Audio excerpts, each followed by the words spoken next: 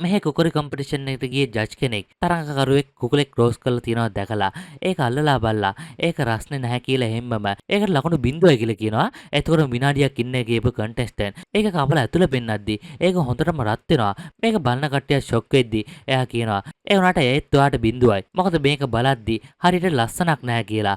ඒ වුණාට මේක පට්ට ලස්සනයි දැන් කියලා කියද්දි ඩයල් එක කියනවා මං කිව්ව කෑම එක නෙවෙයි. කෑම කන මිනිහට ඔයාගේ මූණ කැත දැක්කත් කන්න හිතෙන්නේ නැහැ කියලා. එයාව චාටර් කරනවා.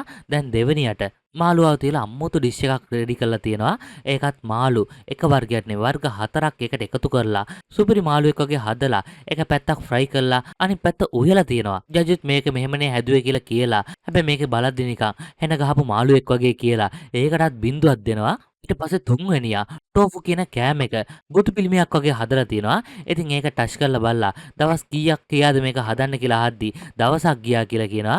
එහෙනම් දැන්ටමත් ඒක නරක වෙලා කියලා. ඒකටත් බින්දුවක් දෙනවා. ඊළඟට ෆ්‍රයිඩ් රයිස් එකක් දෙනවා. ඒක කාලා බලද්දි නම් පට්ට රසයිලු. ඒකෙන්ම දැනගන්නවා ජජ් ඒ රයිස් එක ඉස් ඇතුළේ දාලා ෆ්‍රයි කරලා ගත්ත රයිස් එකක් කියලා. ඉතින් එතකොට තමයි රහ එන්නේ කියලා දැනගෙන එනවා රයිස් එක ෆ්‍රෙෂ් එකට තියනවා. ඒක ටිකක් නිවුනොත් තමයි රහ කියලා. ඒකටත් බින්දුවක් දෙනවා.